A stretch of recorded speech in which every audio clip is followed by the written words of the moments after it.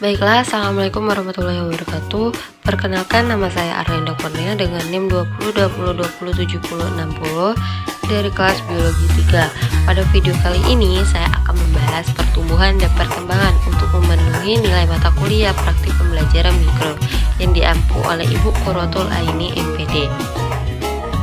Adapun sebelum masuk ke materi, saya akan bertanya, apakah kalian pernah mengamati adanya pertumbuhan pada tumbuhan?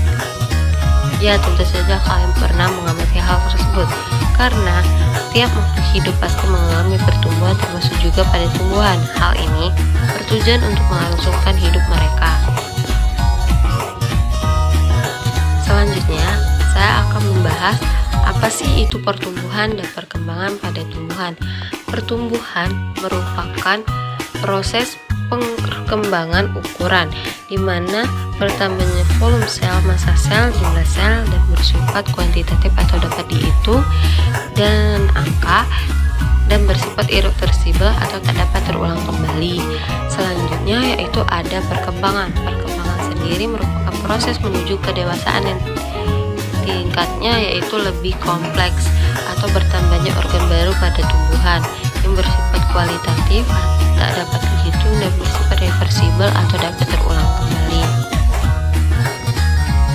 Selanjutnya kita akan mengamati gambar dari perkecambahan epigel atau perkecambahan dikotil. Perkecambahan ini merupakan perkembangan perkecambahan yang ditandai dengan terangkatnya kotiledon ke atas permukaan tanah. Dapat kita amati pada gambar keempat, kotiledon terangkat ke permukaan atas tanah, sehingga bagian hipogel dapat terlihat di atas permukaan tanah. Lanjut, kita akan membahas apa itu perkecambahan hipogel atau perkecambahan tumbuhan monokotil. Perkecambahan ini terjadi akibat pertumbuhan ruas batang di atas kotiledon lebih cepat dibandingkan dengan bagian bawahnya. Dapat kita amati bagian atas kotiledon itu lebih cepat bertumbuh dan berkembang dibandingkan dengan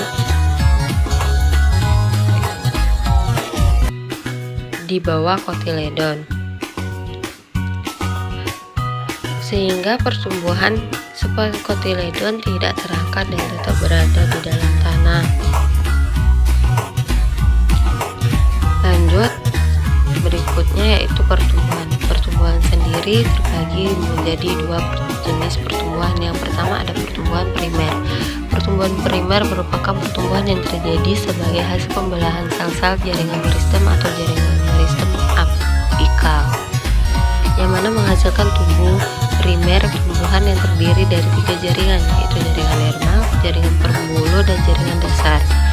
Jaringan dermal sendiri merupakan jaringan yang menutup tumbuhan yang terdiri dari sel-sel epidermis. Sedangkan jaringan pembuluh terdiri dari xilem dan floem, yang mana xilem berfungsi mengangkut air dan mineral lainnya, sedangkan floem mengangkut hasil fotosintesis. Selanjutnya yaitu jaringan dasar.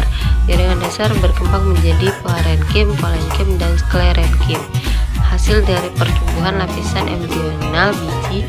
Contohnya yaitu Cambium gambus dan Cambium vascular. Selanjutnya ada pertumbuhan sekunder.